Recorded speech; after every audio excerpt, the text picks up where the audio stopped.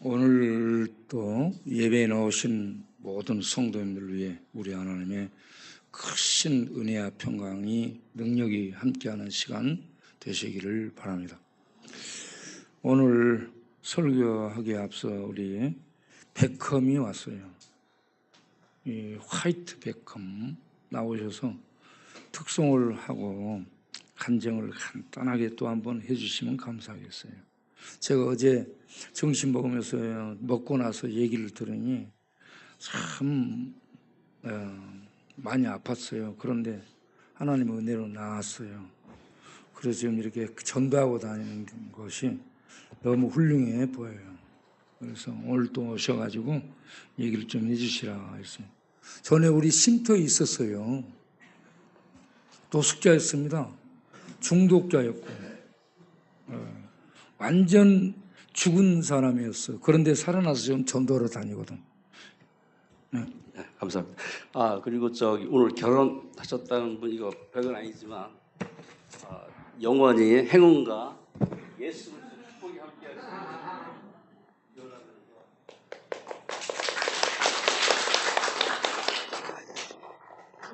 죽어서도 천국에서 뵙자고. 네, 십자가의 길.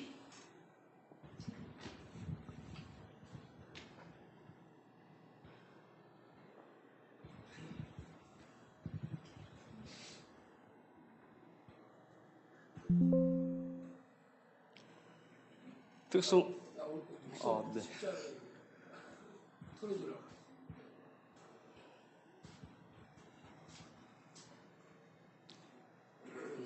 먼저 간증부터 할까요? 네. 네. 나오네.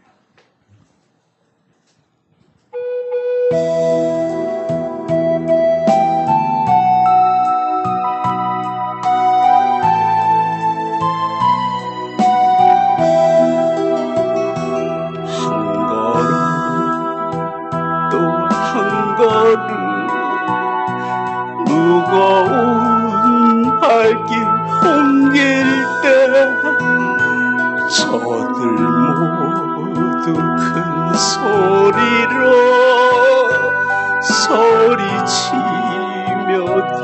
뒤따랐네. 지치어 쓰러질 때 살을 찢는 채찍 소리. 나는 십자가를 누굴 위해 지셨나요? 주님의 무거운 거룩 내가 어찌할리요? 주님의 무거운 발길 내가 어찌할리요? 한마디 또 한마디 용서의 기도 드릴 때 저들 모두 저러가며 십자가에 못 박았네. 골고다 언덕 위에 살을 찢는 망치 소리 쓰리고 아픈 것도 누굴 위해 참았나요? 주님의 용서의 기도 내가 어찌할리요? 주님의 용서의 눈물 내가 어찌할리요? 한마음 또 한마음 뜨거운 눈물 흘릴 때 저들 모두 큰 소리로 기록하며 비웃었네. 옆구리 창에 찔려 흘러내린 저 붉은 피 죽음을 홀고 다는 누굴 위해 거셨나요? 주님의 뜨거운 눈물 내가 오지 않리요. 주님의 뜨거운 눈물 내가 오지 않리요. 아멘. 네, 할렐루야. 감사합니다. 정말 제가 독산동 우시장에서 고기 장사, 고기 유통을 했습니다. 돈도 좀 벌고 하니까 이제 사람이 타락돼 가지고 뭐 투자한다고 주식하고 말밥 준다고 경마장 가서 도박하고 또 세상 좋은 술 마시고 그렇게 하다가 결국은 망해가지고요. 노숙자까지 제가 돼서 여기 광야교회에 와서 밥도 먹고 노숙하며 서울역이나 서울역, 영등포 이렇게 노숙 생활을 했습니다. 근데 저에게 홀어머니가 계시고 저의 어린 두 딸이 있는데 제가 너무나 가슴이 아프고 괴로운 거예요. 그러니까 술 안 마시면은 어찌하질 못하겠더라고요. 그래서 술값은 없으니까 저는 술 마시러 병원 장례식장 가면 술하고 안주는 주거든요. 그래서 병원 장례식장 가서 술을 얻어먹고 그렇게 생활을 했던 때가 있는데 괴로우니까요. 한이 맺히니까 어찌하질 못하겠더라고요. 그러다가 이제 변에 이제 피똥을 싸고 그래서 병원에서 보니까 대장암, 전립선암 그렇게 나오더라고요. 그래서 이제 인생을 포기하고 이제는 제가 끝났구나 하는, 그래도 뭐 부모한테 버림받고 형제한테 버림받고 세상에 다 버림받고 패망한 자가 되니 누구한테 말할 사람도 없고 그때 이제 죽음을 앞둔 그때 하나님의 은혜를 받고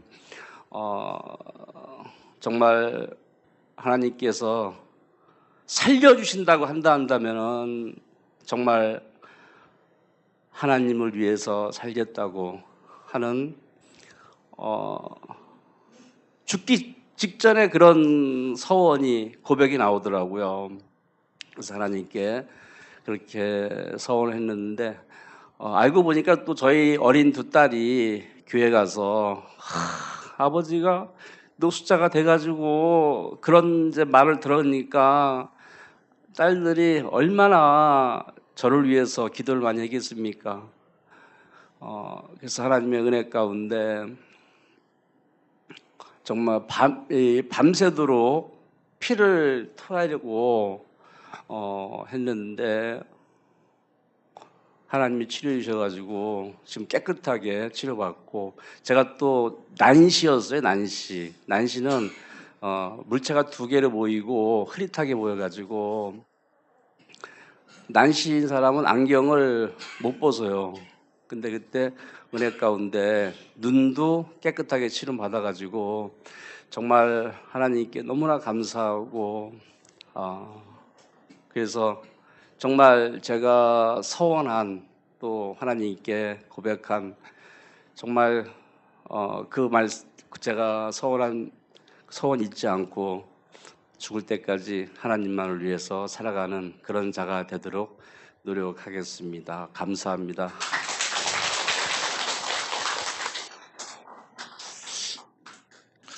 네, 감사합니다. 우리 백금 형제님이 이렇게 자기가 찬양한 것, 간증한 것을 녹음을 해가지고 일주일 내에 듣는답니다. 들으면서 은혜를 그렇게 받는데요. 왜 그러냐 하면 자기가 말을 못했대요. 중독, 노숙, 그리고 버림받음 해가지고 대인기피증이 심하고 우울증, 조현증 이런 증세까지 나와서 말을 못했대요. 그런데 지금 이렇게 말을 잘 하잖아요. 너무 신기하대요. 자기가 신기해가지고 자기가 한 말을 자기가 들으면서 내가 이렇게 말을 잘해. 그래 은혜를 받는다는 거죠. 그리고 찬양하는 것도 자기가 부른 찬송을 자기가 들으면 굉장히 은혜를 받는답니다. 나 그 말이 더 은혜 받았어. 그래서 자기가 이런 노래를 못 부른대요. 부를 수 없대. 이 대인기피증에 걸려가지고요. 그리고 말을 못하게 됐대요.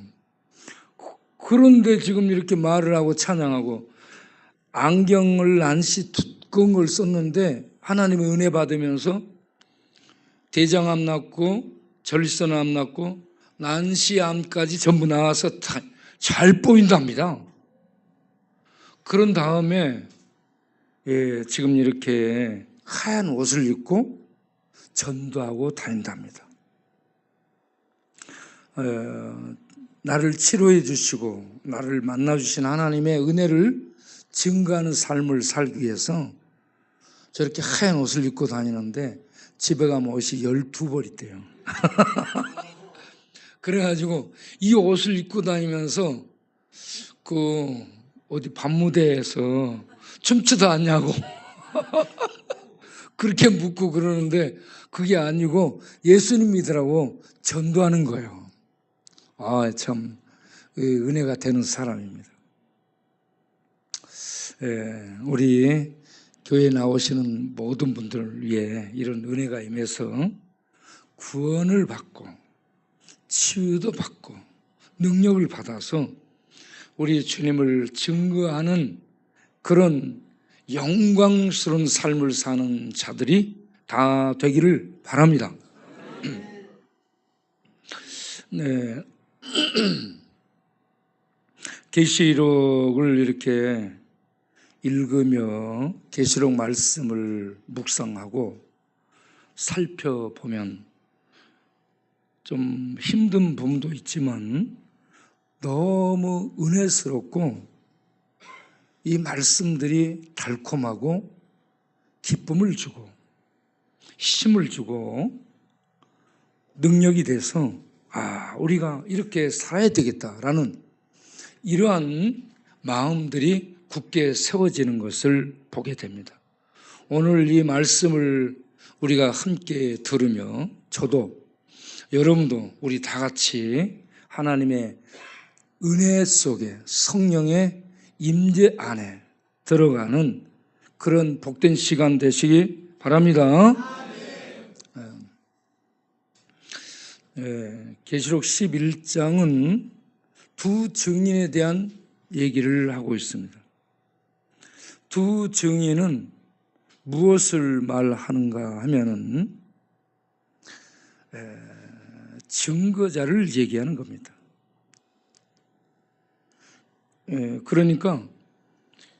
구약에서 법정에 무슨 사건이 터졌을 때 그 사건을 확실시하기 위해서 증거하는 사람이 2사람, 3사람이 필요했어요. 그래서 동일한 사건을 두고 증거자들이 동일하게 증거했을 때 그 사실을 확정할 수 있게 된 겁니다. 그러한 이 구약적 근거를 바탕으로 해서 신약에서 예수님이 제자들을 뽑아가지고 제자들을 파송할 때 누가복음 10장 1절을 보면 70인의 제자를 뽑아 파송하는데 둘씩 나가게 합니다.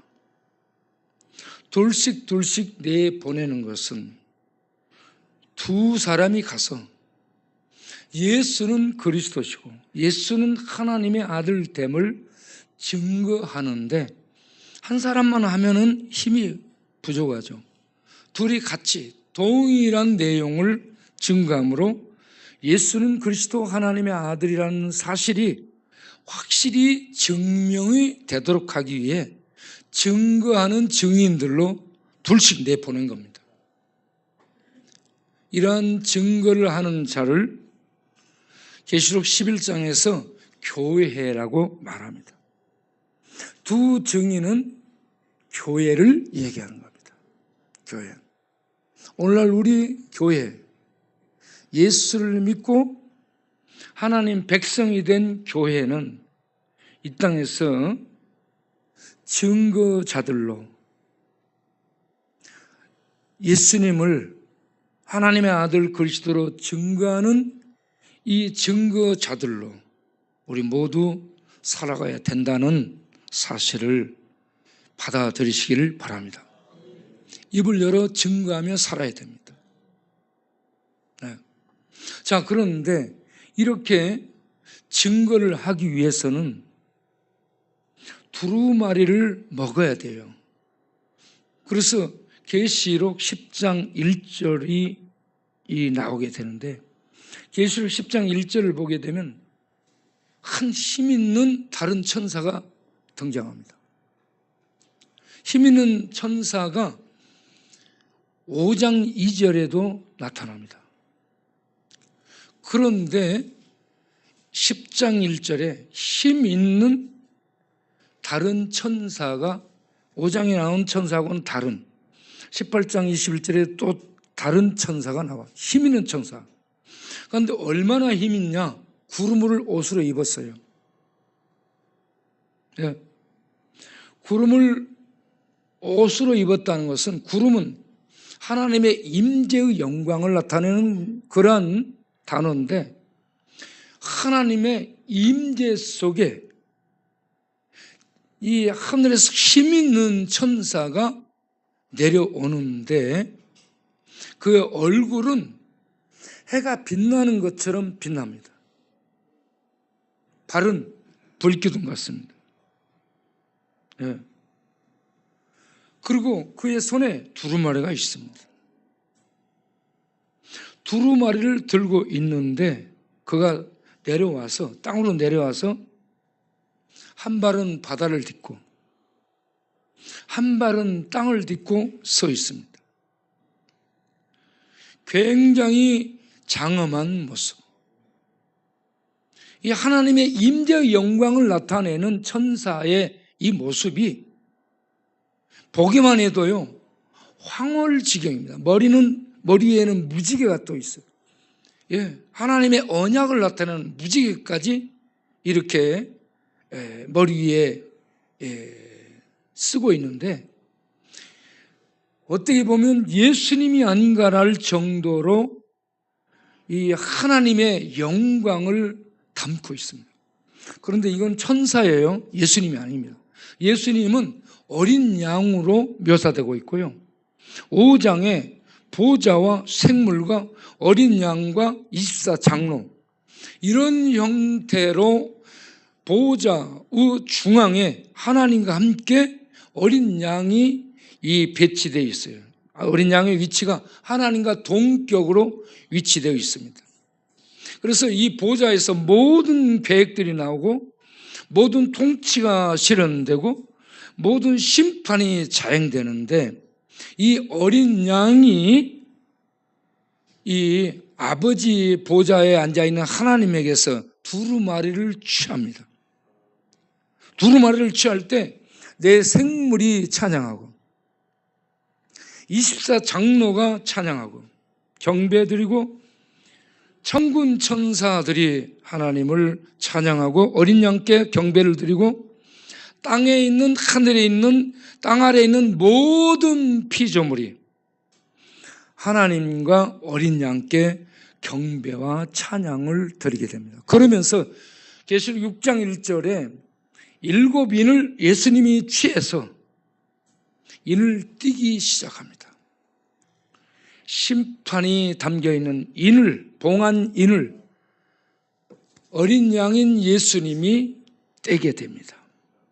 그래서 심판들이 자행되는 겁니다. 이렇게 예수님의 이 손에 들려있는 두루마리, 아버지께 보좌에 있던 두루마리를 예수님이 어린 양이 취해요. 그러자 모든 만물이 찬양을 해, 영광을 돌려. 그러고 난 다음에 인을 떼면서 7인 재앙이 시작이 되고, 그리고 7 나팔 재앙들이 시작이 되고, 그리고 15장부터 7 대접 재앙, 더 이상 대접을 하지 않는 게 대접 재앙이에요. 대접 재앙은 세상 끝을 얘기하는 겁니다. 네. 인재앙 때도 땅에 4분의 1이 침을 받고, 나팔 재앙 때도 땅에 3분의 1이 침을 받아. 그런데 대접 재앙이 펼쳐지면 더 이상 대접이 없어요. 온 세상에 심판의 종국이 오게 되는 그러한 마지막 재앙이 대접 재앙으로 떼어지게 되는 것을 말씀을 하고 있습니다. 자, 그런데 이 계시록 10장에 보게 되면 어린 양 5장에서 갖고 있던 어린 양이 취한 두루마리를 하늘에서 힘 있는 다른 천사가 받아서 그 두루마리를 가지고 땅에 내려왔습니다. 하나는 한 발은 바다, 한 발은 땅. 이것은 온 세상을 망라한다는 얘기입니다. 온 세상을 망라하는 내용이 담겨있는 두루마리. 이 두루마리를 이제 갖고 천사가, 힘 있는 천사가 내려왔는데 7절에 하늘에서 사도 요한에게 음성을 바라는 음성이, 하나님의 음성이 들려집니다. 8절에 가서 보면 이 두루마리를 먹으라라고 얘기를 합니다. 여러분, 복음을 전할 사람은 두루마리, 곧 성경 말씀, 복음의 말씀을 먹어야 됩니다. 그런데 9절에 가서 뭐라고 됐어요? 이 두루마리가 내 입에는 달지만 배에는 쓰리라라고 말씀하고 있습니다. 이 전체적인 이 두루마리가 주어지고 두루마리를 먹으라라고 하는 이런 내용들이 에스겔 2장과 3장에 이미 나와 있습니다. 에스겔을 하나님이 부른 다음에 에스겔 2장 8절, 9절, 10절을 보게 되면 너는 이 두루마리를 먹으라라고 얘기합니다. 에스겔에게 그렇게 먹으라 해요. 그런데 그 내용은 애가와 애곡과 재앙이 가득한 내용이더라라고 말씀합니다. 2장 10절에 애가 애곡과 재앙이 가득히 있어요. 그래서 이 에스겔에게 이런 두루마리, 재앙이 담겨있는 두루마리를 먹으라 했어요. 그래서 에스겔 3장 3절을 보게 되면 에스겔이 이 두루마리를 먹어요. 책을, 이 하나님의 말씀을 먹은 것을 얘기합니다. 하나님의 말씀을 먹었더니 입에 꿀처럼 달더라라고 말합니다. 여러분, 입에 꿀처럼 단 하나님의 말씀, 우리는 죄인인데 예수 믿으면 모든 죄에서 사함받는다. 이게 꿀처럼 단 하나님의 말씀이에요. 이 복음의 말씀이 우리 모두에게 꿀처럼 달고 단 말씀으로 먹어지기를 바랍니다. 받아들여지기를 바랍니다. 그런데 이게 입에는 단데 배에 들어가면, 창자에 들어가면 쓰리라고 얘기합니다. 배는 힘쓰는 곳이에요. 배에서 힘이 나와. 그건 뭔 말이야?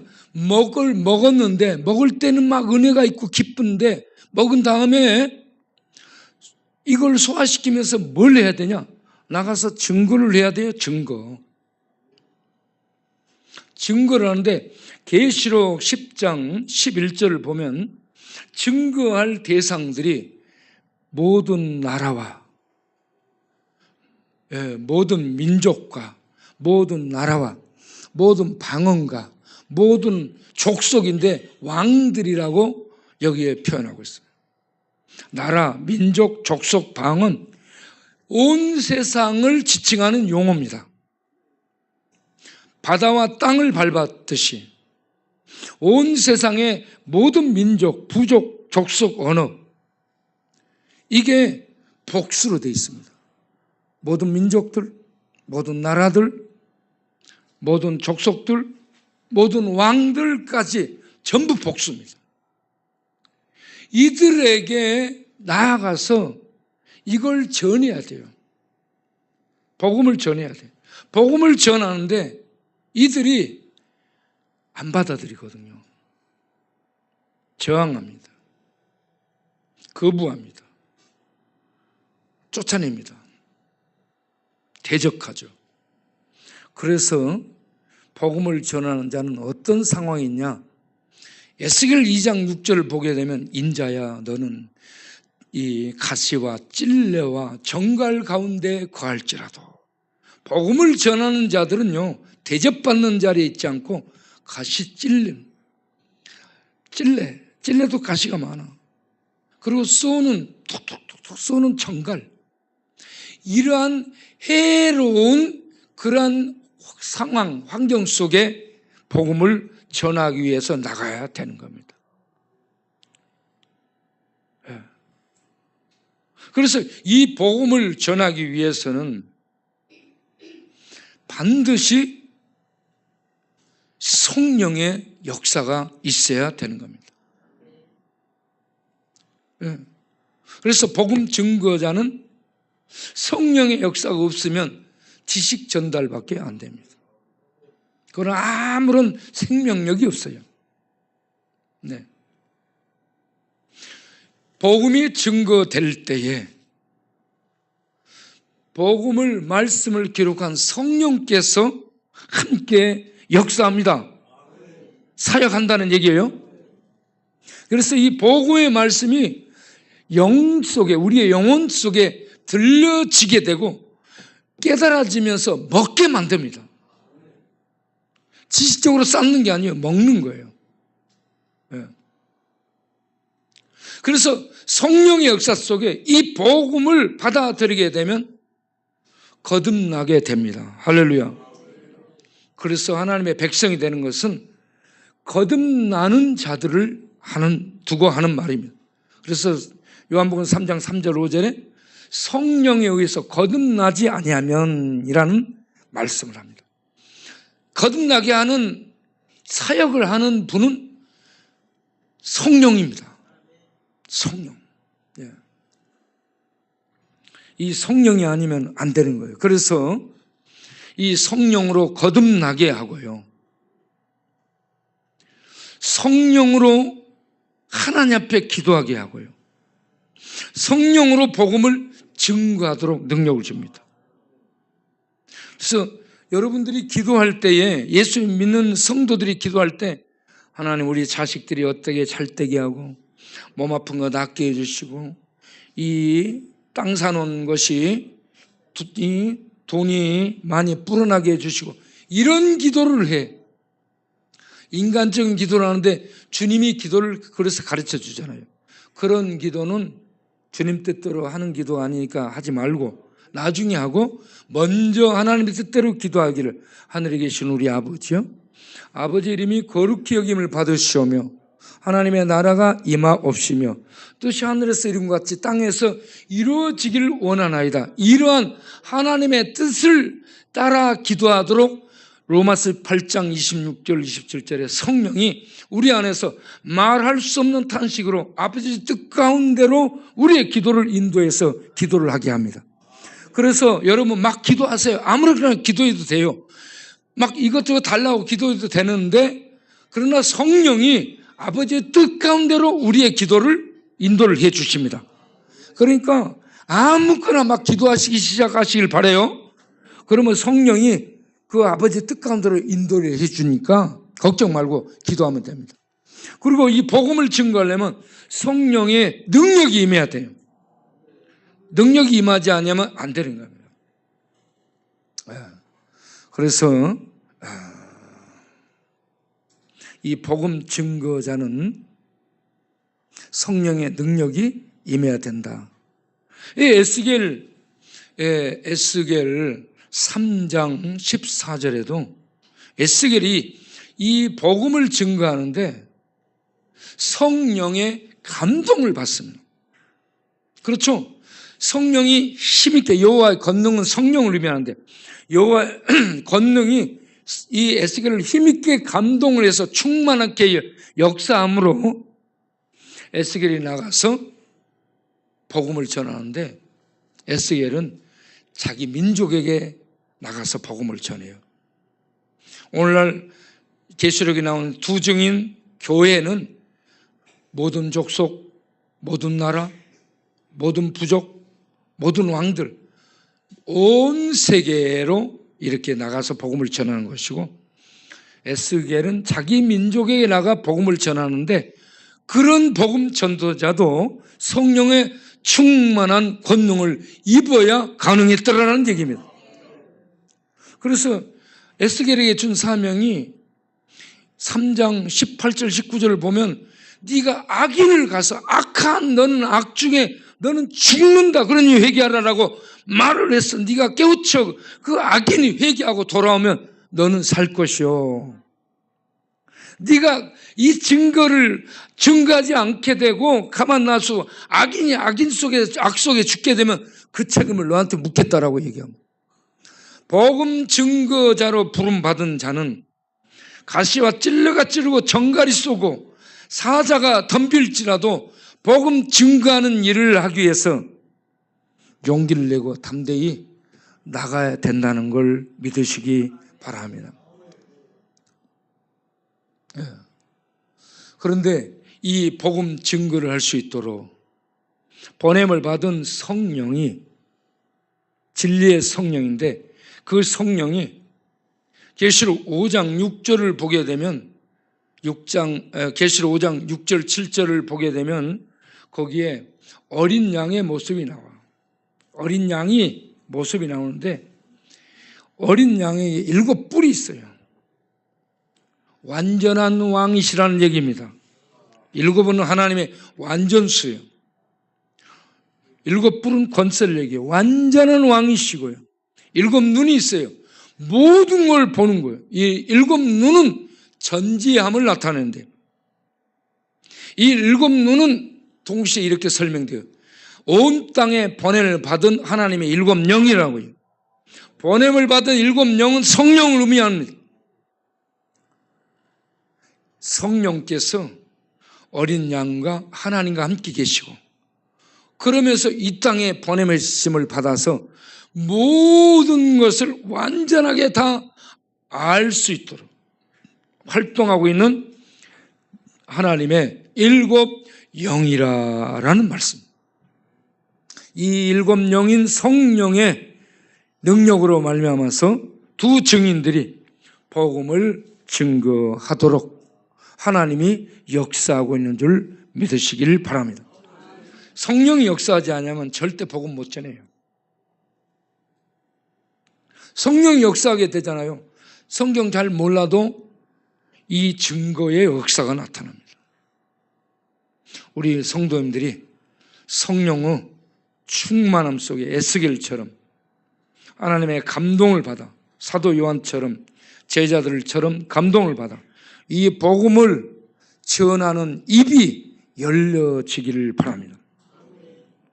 그런데 이렇게 복음이 증거되도록 하면서 계시록 11장에 두 증인 사역이 나오는데 1절, 2절에 성전을 측량하는 부분이 나오고 성전을 측량하지 말라는 부분이 나오고 있습니다. 성전을 측량하는 부분은 제단과 성전과 이 뜰입니다. 예. 뜰은 어디를 얘기하냐? 남자뜰, 이 지성소, 성소, 그리고 백성들, 이스라엘 백성들이 가서 기도하며 기다리는 곳이 있는데 그곳에 남자뜰, 여자뜰이 있습니다. 남자뜰, 이스라엘 백성들이 대기하는 곳. 그리고 그 밖으로 이방인들이 머물 수 있는 곳이 있습니다. 그리고 이방인들의 뜰이 있는데 이렇게 이스라엘 백성들이 있는 성전에서부터 그들이 머무는 그곳까지만 측량을 하고 그 나머지 이방인의 뜰은 측량하지 말고 내버려 두라 했는데 원래 의미는 밖으로 던져주라라는 의미를 갖고 있습니다. 이방인의 뜰은 내버려 두고 밖으로 던져주라는 얘기입니다. 그렇게 해서 이방인들에게 짓밟히도록 하라는 얘기입니다. 그러면 이게 무슨 말인가? 이 갈대를 가지고 있어요. 사도 요한이 갈대를 가지고 있는데 이거는 측량하는 자를 의미합니다. 에스겔도 이 자를 가지고 성전을 측량합니다. 그런데 성전을 측량하는 것은 하나님의 보호를 의미합니다. 하나님이 보호하겠다라는 얘기입니다. 그런데 이방인의 뜰은 밖으로 던져버리라고 얘기합니다. 하나님이 보호하지 않겠다라는 얘기입니다.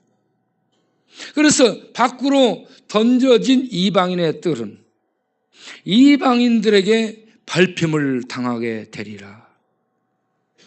그런데 이 밟힘을 당하는 그 기간이 42달 동안이라고 얘기합니다. 42달 동안. 자, 42달 동안이라는 이 단어가 계시록 13장 5절에 계시록 13장은 짐승이 나와요. 바다에서 나온 짐승이 하나님을 대적하고 하나님의 교회를 박해하는데 이 짐승이 교회를 박해하고 핍박하고 하나님을 욕하는 이러한 이 압박을 가하는 기간이 13장 5절에 42달이라고 되어 있습니다. 그러니까 이방인들의 뜰이 밖으로 내던져져서 밟힘을 당하며 그리고 짐승이 출현해서 교회들을 핍박하고 하는 이게 이방인들에게 이방인 교회들이 짓밟힘을 당하는 그런 기간이 42달이라는 얘기입니다. 그래서 계시록 12장, 11장, 12장, 13장에 보면 여기에 기간들이 나와 42달. 예. 그리고 이 42달 좀 더 밑에 내려가면 이 11장 3절에 두 증인이 굵은 베옷을 입고 복음을 전하는 기간이 얼마예요? 1260일입니다. 1260일. 그래서 여기에 42달, 짓밟힘을 당하는 42달, 복음을 증거하는 기간 1260일. 그리고 거기에 또 하나 더 나오는 그런 이 수 개념인데 한때와 두때와 반때 이게 나옵니다. 이건 뭔 얘기인가? 읽으면서 많이 궁금들 하잖아요. 네. 그런데 이 한때와 두때와 반때가 다니엘서 12장 7절에도 그대로 나옵니다. 다니엘 12장 7절에 교회를 짓밟아 성도를 깨쳐버리는 기간을 한때와 두때와 반때로 얘기합니다. 교회가 핍박받는 시간, 그 기간을 한때와 두때와 반때로 얘기하고 있어요. 이것을 3년 반이라고 얘기하죠. 이렇게 3년 반 핍박을 당하는데 이것을 오늘 읽은 계시록 11장에서는 42달이라고 얘기를 하고 있습니다. 제가 이렇게 찾아봤더니 이 한때와 두때와 반때는 한때는 1년을 얘기하고 두때는 2년을 얘기하고 반때는 반년을 얘기해요. 3년 반입니다. 3년 반을 달로 계산하면 42달입니다. 42달을 날짜로 계산하면 1260일입니다. 그러면 이거는 똑같은 기간을 어떤 때는 한때, 두때, 반때라고, 어떤 때는 42달이라고 얘기하고, 어떤 때는 1260일이라고 얘기해요. 그렇게 해서 조금 헷갈리게 해놨어요. 그러면 이건 무엇인가? 네. 다니엘 12장 7절을 근거로 해서 보게 되면 다니엘에게는 한때와 두때와 반때가 미래에 일어날 종말의 때를 얘기하고 있는데 다니엘은 몰라요. 아직 모르는 겁니다. 네. 그래서 다니엘이 이것이 무슨 뜻입니까? 12장 4절에 물어봐요. 네. 다니엘은 보면서도 모릅니다. 여러분 우리 성경 읽으면서도 모르는 것처럼.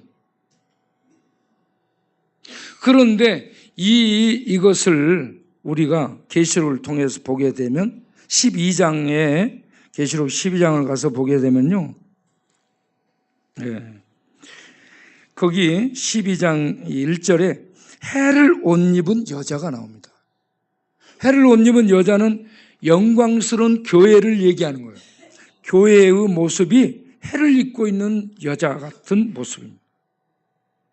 그런데 이 여자가 뱀에게 이렇게 쫓겨서 광야로 도망갑니다. 그리고 6절을 보면 12장 6절에 1260일 동안을 광야에서 도피해 있습니다. 광야에 도피해 교회가 이 땅에서 광야에서 이와 같이 복음을 증거하는 기간에 핍박을 받게 되는 겁니다. 그러나 하나님은 교회를 보호하죠. 그러면서 12장 14절을 보게 되면 남자를 낳습니다. 여자가 남자를 낳았다는 것은 교회가 예수 그리스도를 이 땅에 태어나게 한 것을 얘기하는 겁니다. 예수님이 태어나게 됐을 때에 용이 예수님을 죽이려고 합니다. 사역을 못하도록 죽이려고 하는데 이때에 광야에서 한때와 두때와 반때를 양육을 받으리라고 얘기합니다. 교회는 광야에 가서 1260일 복음을 증거하는 동안 피해 있게 되고 보호를 받게 되고, 그리고 교회가 피해 있으며 보호를 받으면서 낳은 아이를 용이 삼키려고 이 타켓 삼을 때 하나님이 한때와 반때, 두때를 이 남자 아이를 돌보고 양육을 하게 됩니다. 그래서 한때, 반때, 두때는 예수님이 오시는 때.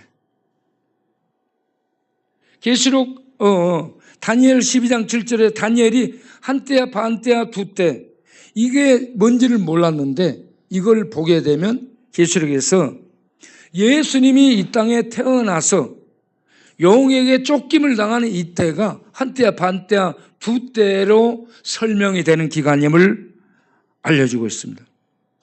그러니까 한때와 반때와 두때, 42달, 1260일은 다 같은 기간을 얘기하는데 예수님이 핍박을 받고 쫓겨다니는 이러한 때부터 이때가 시작됐다는 거죠. 다니엘은 잘 몰라. 그런데 계시록에서 그걸 설명을 해주고 있어요. 그러면 예수님이 이 땅에 오셔서, 하나님의 아들인 예수님이 이 땅에 오셔서 뱀에게 쫓김을 당하며 광야에 양육받으며 보호를 받으며 지내는 이 한때와 두때와 반때부터 이게 시작이 됐는데, 이것을 뭐로 풀 수 있냐? 예수님의 초림부터 이 땅에 종말이, 심판이 시작됐다라는 것을 알려주고 있다는 얘기입니다. 이해되셨는지 모르겠는데, 예수님의 오심부터, 초림 때부터 하나님의 종말의 심판이 시작이 된 기간을 한때야 두때야 반때라고 얘기하고요. 이걸 이 이방인들에게 교회가 짓밟힘을 당하는 기간으로 설정을 해서 설명할 때 42달이라고 하고요. 두 증인이 그런 핍박 속에서 복음을 전하는 그러한 증거자로서 활동하는 기간을 얘기할 때는 1260일이라고 얘기하고 있습니다. 저는 이게 1260일이라는 거예요. 이게 은혜가 됐습니다. 365일이 아니야. 1년이 아니에요. 예수님의 초림 때부터 예수님을 잡아 죽이려고 하는, 교회를 핍박해서 삼키려 하는 용. 그런데 하나님은 교회를 보호해줘. 성전을 측량해서 하나님의 교회를 보호하듯이 보호를 해주면서 핍박을 받아 완전히 이방인에서 짓밟힘을 받아요. 그래서 교회가 없어지는 상황에 이르러. 그러니까 다니엘 12장 7절을 보게 되면 성도들이 깨어지기까지 하리라라고 얘기합니다. 한때야 반때야 두때 성도의 권세가 다 깨지기까지 이러한 핍박이 있으리라. 여러분, 사단이 이 땅에 와서, 이 땅으로 내려와서 교회를 박살을 내게 되는데, 교회를 이 박살 내는 그 최 정상에 예수가 있어요. 예수를 못 박아서 십자가로 못 박아 죽이고, 그런 다음에 태동된 이 교회는 흩어지고, 그리고 예루살렘에 남아있는 성전이 AD 70년 로마의 티도 장군이 이끄는 군대에 의해서 돌 하나 돌 위에 남지 않고 완전히 깨지게 됩니다. 여기서 이 도성과 도시를, 성전을 성도와 동일하게 보고 있고요. 동일하게 일치시키며 이 도성이 깨뜨려지고 성전이 깨지는 것을 성도들이 깨지는 것으로 얘기하고 있습니다. 성도들이 이와 같이 깨지면서 뿔뿔이 흩어지게 돼요. 그렇게 해서 온 세상에 흩어진 교회가 성령의 권능을 받아 1260일, 곧 주님이 다시 오시는 그 종말의 재림의 때까지 성도가 베옷을 입고 세상 가운데서 복음을 증거하게 되리라 하는 말씀. 그런데 이렇게 두 증인이 복음을 전하는 사역이 베옷을 입고 있어요. 베옷을 입었다는 것은 교회가 베옷을 입은 모습으로 나타나는데, 이 베옷은 사람이 죽었을 때, 죄를 회개할 때 입는 옷입니다. 세상 사람들의 죽음을 슬퍼하며 죄를 회개하는 이러한 모습들로 복음이 증거되고 있다는 얘기입니다. 그런데 이렇게 복음을 전하는 이 두 증인을 4절에 두 촛대 또는 두 감람나무로 얘기하고 있습니다. 두 감람나무와 두 촛대로 얘기하고 있어요. 이 두 감람나무는 스가랴 4장에 나오는 얘기입니다. 스가랴 4장 14절에 두 감람나무는 하나님의 기름이 부어지는 자들이에요.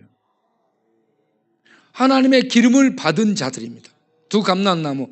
이 두 감람나무에 의해서 스가랴서에는 7등잔이 나와요.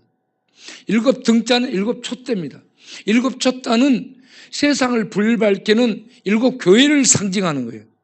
그런데 이 두 감람나무가 기름을 부은 대표자들을 얘기하는데, 이 두 감람나무와 함께 기름 부음을 받은 등잔불이 7등잔이 여기서 계시록에서 두 촛대로 바꿔집니다.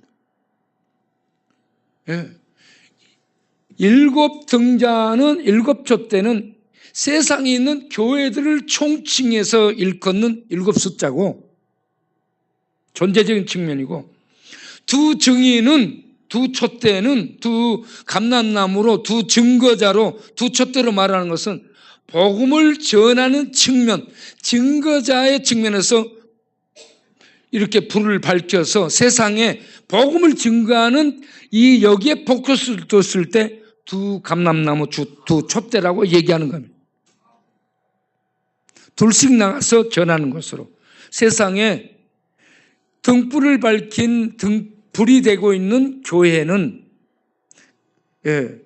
이렇게 둘씩 나가서 복음을 전하는 증거자들로 세상에 불을 밝히는 사역을 수행해야 된다. 그런데 이 복음을 증거하는 두 촛대, 두 감람나무, 이 기름을 부음받은, 성령의 기름 부음을 받은 이 두 증인이 증거자로 증거할 때 엘리야 같고 모세 같다고 얘기합니다. 이거는 제가 나중에 얘기를 하겠습니다. 자, 이렇게 해서 복음을 1260일을 증거하는데 끝나가는 시점에 무저갱에서 짐승이 올라와. 무저갱은 짐승의 거처지라고 말할 수 있습니다. 이 9장에서는 무저갱의 아비소스에서 수많은 황충들이 올라옵니다. 그래서 막 믿지 않는 자들을 쏘아서 고통스럽게 하고 있고, 그들이 죽고 싶어도 죽지 못하게 합니다. 그리고 그 다음에 6째 나팔이 울려질 때 유브라테 강변에 묶여있던 4천사, 사람을 해치는 악마들이죠. 사람을 해치는 4천사가 노임을 받아 세상에 이 3분의 1을 죽입니다. 자, 이렇게 황충의 쏘임을 받고 4천사에 휘하있는 만만의, 수만만의 그러한 이 마병대 같은 이 악령들의 군대에 의해서 죽임을 받는데 9장 20절, 21절에 그러한 심판을 받으면서 회개하지 않더라라고 말하고 있습니다. 회개하지 않습니다.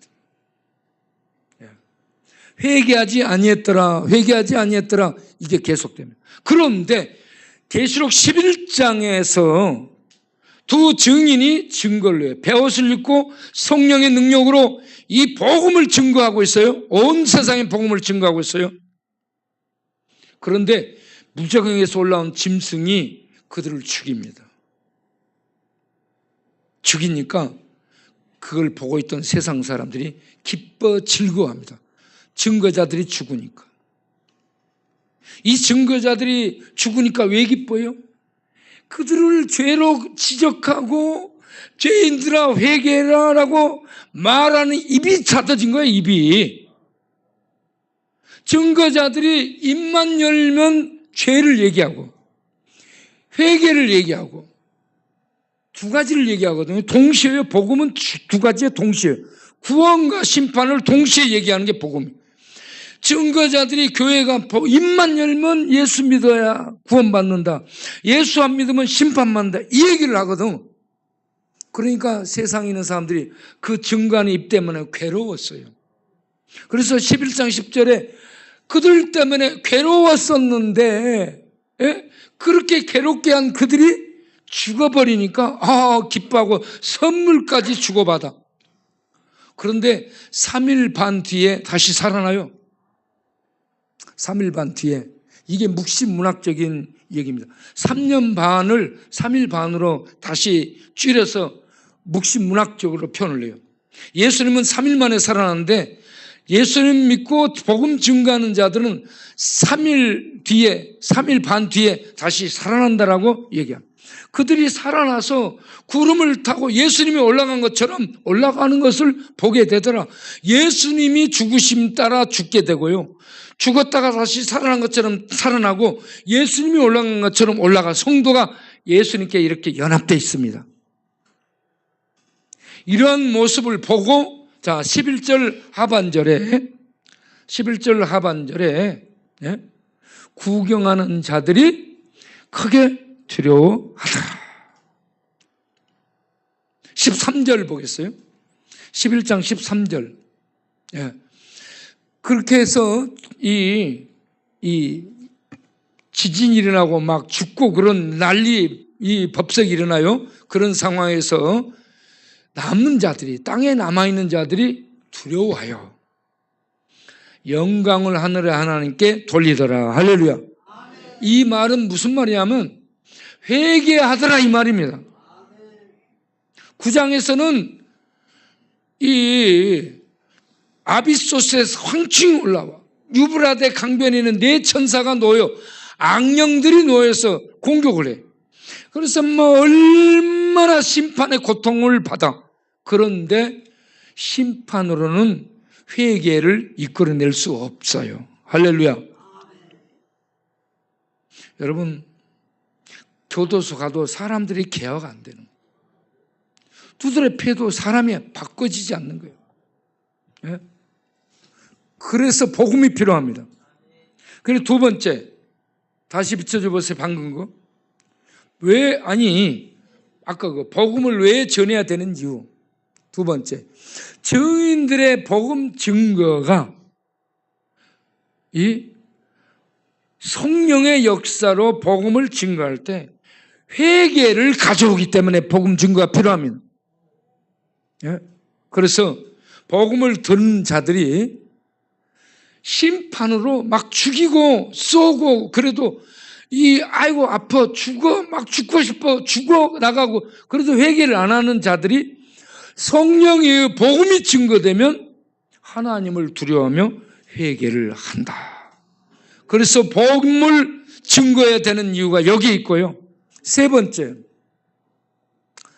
복음을 증거하는 이유는 안 믿는데 거절하는데 왜 복음이 증거돼야 되냐 하면 안 믿고 안 받아들이고 거절하는 이러한 대적하는 자들에게 계속 복음이 증거돼야 되는 이유는 안 믿는 그들일지라도 하나님의 통치, 하나님 나라의 통치를 나중에 인정할 수밖에 없도록 하기 위해서 복음이 증거돼야 되는 겁니다. 여러분, 그러니까 두 증인은 우리 교회를 얘기하는 거예요. 우리 교회들이 나가서 복음을 전해야 되는 이유가 복음을 통해 예수 믿는 자들 회개하도록, 예수 믿고 회개하도록 복음을 전가하고요. 그리고 복음을 받아들이지 않는 자들이, 그들은 그냥 다른 세계에 사는 게 아니고 하나님의 통치 안에서 그들이 이러한 형벌을 받는 그러한 상황에 떨어질지라도 그들은 하나님의 통치를 인정할 수밖에 없고 그때 내가 예수 믿을 걸 하는 이러한 인정을 할 수 있도록 하기 위해서 복음이 계속 증거돼야 된다는 것을 기억하시고, 믿지 않은 자들에게도 아니 안 믿는데 왜 복음 전해? 그들이 나중에 너 복음 들었지? 전부 하나님 통치를 인정할 수밖에 없게 하도록 하기에 복음 전한다는 걸 알고 안 믿는 자들에게도 복음 전하고, 복음을 전해 믿는 자들은 받아들여서 구원에 참여하도록 복음을 전하는 두 증인의 사역을 우리 주님 오실 때까지 우리가 계속 수행해 나가는 교회가 되기를 바랍니다. 우리 교회가 그런 굉장히 아주 잘하고 있는 교회라고 봐요. 우리 교회처럼 복음 전하는 교회가 없어요. 맨날 복음 여기서 나가 전하지. 맨날 역전에 나가 전하지. 또 합동 결혼식을 만들어 복음 전하지. 광야의 날 행사를 이렇게 해가지고 사람들 모아서 복음 전하는, 요즘 전도 집회를 해도 교인들 아무도 안 와요. 기도원의 집회, 부흥 집회 안 와요. 그런데 우리 잠바 나눔 집회는 얼마나 많이 옵니까? 제주도에서 비행기 타고 오고 카나다에서 비행기 타고 와. 잠바 타러. 이 잠바가 무슨 코트예요? 예수 코트이기 때문에 그렇습니다. 일반 잠바는 자기 동네에 사면 돼. 그런데 이 잠바는 예수님이 하늘에서 내려주는 예수 코트야. 그렇기 때문에 이 예수 코트를 받으러 오는 거예요. 이렇게 예수 코트를 나누면서 복음을 전해. 12월 달에 가면 성탄절 전도행전을 또 역전해서 죽어라 또 하잖아. 양갈비를 드시기 바랍니다. 힘을 내고 여러분 복음 증거하는 일에 마지막 이 증인으로서 두 증인으로서 사역들을 잘 감당하는 우리 교회 되기를 바랍니다. 기도하겠습니다. 하나님 아버지, 성령의 역사 속에 이 종말의 계속되는 시대에 예수님 초림부터 재림까지 계속되는 이 종말의 재앙이 쏟아지는 심판의 때에 예수 복음을 전해 구원받을 자들을 구원시키고 안 믿는 자들에게 하나님의 왕의 통치가 이렇다는 것을 보여주는 이 일을 하기 위해 계속 우리 복음 전하는 일에 열심을 내는 성도들이, 교회들이 되게 하여 주옵소서. 그렇게 할 수 있도록 성령의 시간 충만 역사하여 주옵소서. 에스겔을 감동하시고 다니엘을 감동하시고 제자들을 감동하셨던 것처럼 이 시간 성도들을 감동하셔서 성령으로 충만케 하사 담대히 복음을 전하며 이런 가시와 찔레와 정갈 속에 있을 자도 기뻐하며 악인들을 회개시키기 위해서 열심히 복음 증거하는 직무를 수행하는 교회들이 되도록 축복하여 주옵소서. 예수님 이름으로 기도합나이다. 아멘.